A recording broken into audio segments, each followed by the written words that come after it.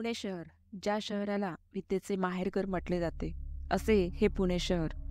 पुणे शहरामध्ये जशी पुण्याची मिसळ, चांदणी चौकातील चायनीज, पर्वती, तळजई पठार, पर्यटन स्थळे आणि इतिहासाची सांगड असलेली भूमी आहे, तसेच पुण्यामध्ये अशा काही जागा आहे जिथे अमानवीय शक्तींचा वावर आहे असे म्हटले जाते. या जागा तुम्हाला नक्कीच परिचित असतील, तिथून तुमचे येणे जाणे असेल. पण तुम्हाला माहिती आहे का की त्या जागेमागचे रहस्य नक्की काय आहे ते? या ठिकाणांवरून अनेक लोकांना अमानवीय शक्तींचा अनुभव आला आहे. पुण्याच्या अनेक नागरिकांनी याची साक्ष दिली आहे.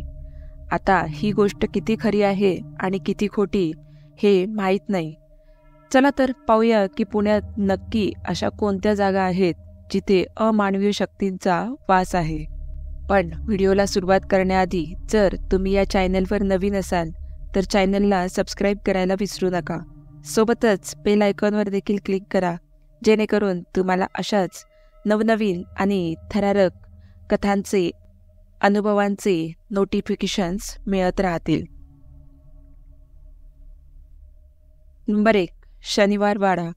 पुण्याच्या इतिहासातील एक अमूर्त ठिकाण म्हणजे शनिवार वाडा. श्रीमंत बाजीराव पेशवे यांनी या वाड्याची 10 जानेवारी 1713 रोजी निर्मिती केली. या वाड्याची मुहूर्तमेढ शनिवारी केल्याने त्याला शनिवार वाडा असे म्हणतात. हा वाडा शौर्याच्या गाथेने भरलेला आहे. पण तुम्हाला माहीत आहे का, या वाड्याने अनेक हत्या पाहिल्या आहेत.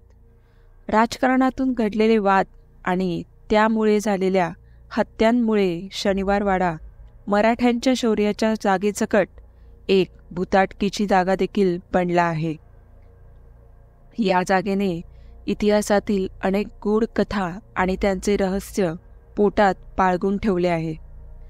असे म्हणतात की शनिवार वाड्यामध्ये पौर्णिमेच्या रात्रीच्या वेळी एका मुलाचा आवाज घुमत असतो. तो मुलगा काका मला वाचवा या नावाने सारखा ओरडत असतो. यामागची भयानक गोष्ट म्हणजे याच पौर्णिमेच्या रात्री नारायणराव पेशवे यांचा खून झाला होता आणि त्यांचाच तो आवाज आहे असे तिथल्या लोकांचे मत आहे. हा आवाज शनिवार वाड्याच्या आजूबाजूच्या रहिवाशांनी खूप वेळा ऐकला आहे. तसेच त्या ठिकाणी अनेकांनी त्या मुलाला वाड्यात फिरत असताना पाहिले आहे. त्या मुलाच्या आवाजासोबत अमानवीय किंचाळ्यांचा आवाज देखील अनुभवला आहे. या वाड्यात अनेक लोकांचा विषबाधेमुळे मृत्यू झाला आहे. त्या काळी शनिवार वाडा आतील लोकांसह जाळला गेला होता. त्यामुळे त्या ठिकाणी अशा काही अमानवी शक्तींचा वावर होतो. सरकारने खबरदारीसाठी शनिवार वाडा पर्यटनासाठी संध्याकाळी 6:30 नंतर बंद ठेवण्याचा निर्णय घेतला आणि त्यामुळे 6:30 नंतर वाड्याच्या आत कोणालाच प्रवेश करण्यास मनाई आहे. नंबर 2. होळकर पूल. पुण्यातील होळकर पूल हे ठिकाण देखील भुताटकीच्या जागांमध्ये मोडले जाते. 18व्या शतकात माधवराव पेशवे यांनी होळकर पुलाचे बांधकाम केले.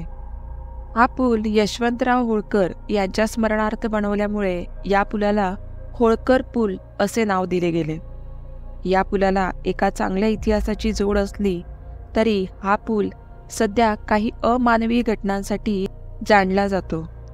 होळकर पूल अनेक दुर्दैवी घटनांचा साक्षीदार आहे. या ठिकाणी मध्यरात्रीचा प्रवास करणे म्हणजे स्वतःच्या जीवाशी एक प्रकारे खेळणे आहे. या पुलावर काहीतरी असामान्य शक्ती आहे असे लोकांचे मत आहे. असे म्हणतात की या पुलाच्या कठड्यावर भूत बसतात आणि या गोष्टीचे अनेक लोक साक्षीदार आहेत. अनेक लोक या पुलावरून रात्रीचा प्रवास करण्यास टाळतात. या पुलाच्या काही अंतरावर एक स्मशानभूमी आहे आणि त्यासोबतच त्या ठिकाणी 17व्या शतकातील जुनी घरे आहेत. या सर्व गोष्टींमुळे तेथील वातावरण इतके भयानक वाटते की त्यामुळे रात्रीचा प्रवास करण्यास किंवा रात्रीचे त्या पुलावर जाण्यास कोणाचीच हिंमत होत नाही. Number 3. Victory theatre. Victory theatre हे पुण्यामधील खूप जुने चित्रपटगृह आहे. या ठिकाणी अनेक लोक चित्रपट बघण्यासाठी येत असतात. अनेकांना चित्रपट बघत असताना काही विचित्र अनुभव आला आहे. काही लोक या ठिकाणच्या भूतांच्या गोष्टीमुळे फक्त त्या गोष्टी अनुभवायला तिथे जात असतात. या ठिकाणी दिवसा भरपूर वर्दळ असते, पण रात्रीच्या वेळी या ठिकाणी भयानक शांतता असते. तुम्ही जर या विक्ट्री थिएटरमध्ये दिवसा एखादा चित्रपट बघायला गेला तर सहसा तुम्हाला काही अनुभव येणार नाही. परंतु जर तुम्ही रात्रीच्या वेळी विक्ट्री थिएटरमध्ये चित्रपट बघायला गेलात तर नक्कीच तुम्हाला भयानक अनुभव येऊ शकतो. अनेक लोकांचा हा अनुभव आहे की ते जेव्हा त्या ठिकाणी चित्रपट बघायला गेले तेव्हा अचानक खुर्च्या आपोआप हालायला लागल्यात. काही वेळा लोकांच्या कानात कोणीतरी काहीतरी कुजबुजून जाते. अचानक चित्रपटाच्या मध्ये कर्कश किंचाळी ऐकू येते. पण तुम्हाला हे माहीत आहे का, हे अनुभव फक्त एखाद्या भूताच्या चित्रपटाच्या वेळी नाही, तर रोमॅन्टिक किंवा कॉमेडी चित्रपटाच्या वेळीसुद्धा अशा घटना घडत असतात. नंबर 4, चंदननगर.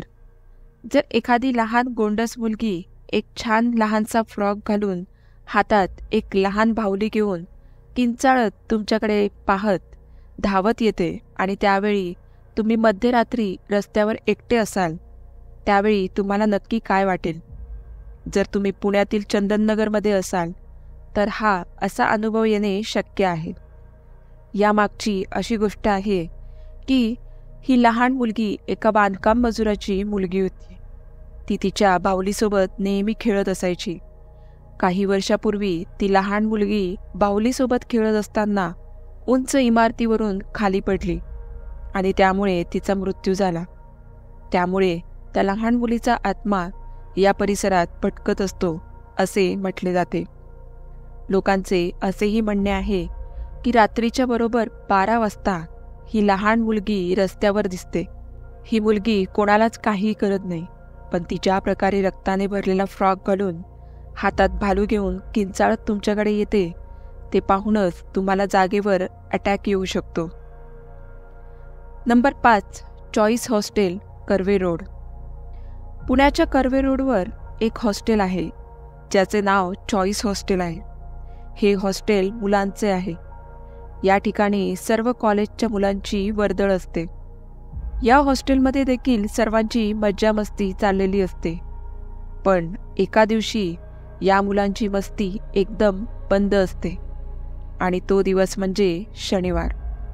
या हॉस्टेलमधील मुलांचा अनुभव आहे की दर शनिवारी एक लाल साडी घातलेली बाई त्यांच्या हॉस्टेलमध्ये फिरत असते.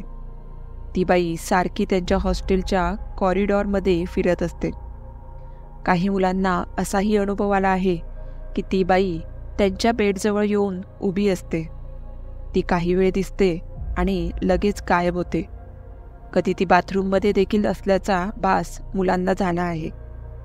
या मुलांचे असे मत आहे की ही बाई कोणाला काही हानी पोहोचवत नाही, परंतु तिचा चेहरा फार उदास असतो आणि ती सारखी कशाच्या तरी शोधात भटकत असते. Number 6, Sinhagad college of engineering. पुण्यात इंजिनिअरिंगसाठी सर्वात प्रसिद्ध असलेले सिंहगड कॉलेज ऑफ इंजिनिअरिंग हे कॉलेज जसे इंजिनिअरिंगसाठी प्रसिद्ध आहे तसेच एका मुलाच्या भूतासाठी देखील प्रसिद्ध आहे. या कॉलेजमध्ये त्या मुलाच्या भूताटकीचे अनेक किस्से येथील विद्यार्थी सांगत असतात. असे म्हणतात की सिंहगड कॉलेजमध्ये ज्या मुलाचे भूत आहे तो मुलगा याच कॉलेजचा एक विद्यार्थी होता. परीक्षेमध्ये नापास झाल्यामुळे आणि अभ्यासाचा ताण घेतल्यामुळे त्याने याच कॉलेजमध्ये आत्महत्या केली आणि त्याचे भूत या कॉलेजमध्ये फिरत असते. अनेक विद्यार्थ्यांनी त्याला पाहिले आहे असेही सांगितले जाते. नंबर 7, सिंहगड किल्ला. पुण्यातील शिवाजी महाराजांच्या सुवर्णजडित शूर इतिहासाचे एक पान म्हणजे सिंहगड किल्ला. या किल्ल्याने अनेक मावळ्यांचे वीरमरण पाहिले आहे. परंतु यासोबतच सिंहगड किल्ल्याने 60 लहान शाळकरी मुलांचा दुर्दैवी अपघात देखील पाहिला आहे. काही वर्षांपूर्वी सिंहगड किल्ल्याच्या परिसरात 60 शाळकरी मुलांच्या बसचा अपघात झाला होता. तेव्हापासून सिंहगडच्या दऱ्यांमधून त्या लहान मुलांचा किंचाळण्याचा आवाज येतो असे म्हटले जाते. तसेच लोकांचा हा देखील अनुभव आहे की त्यांना एक शाळकरी बस न दिसणाऱ्या वळणावरून आलेली दिसते, परंतु जेव्हा ती लोक त्या ठिकाणी जाऊन पोहोचतात त्या ठिकाणी तेव्हा काहीच नसते. ती बस नाही आणि त्या बसमधील शाळकरी मुलेही नाही. Number 8. Abandoned house in residency club.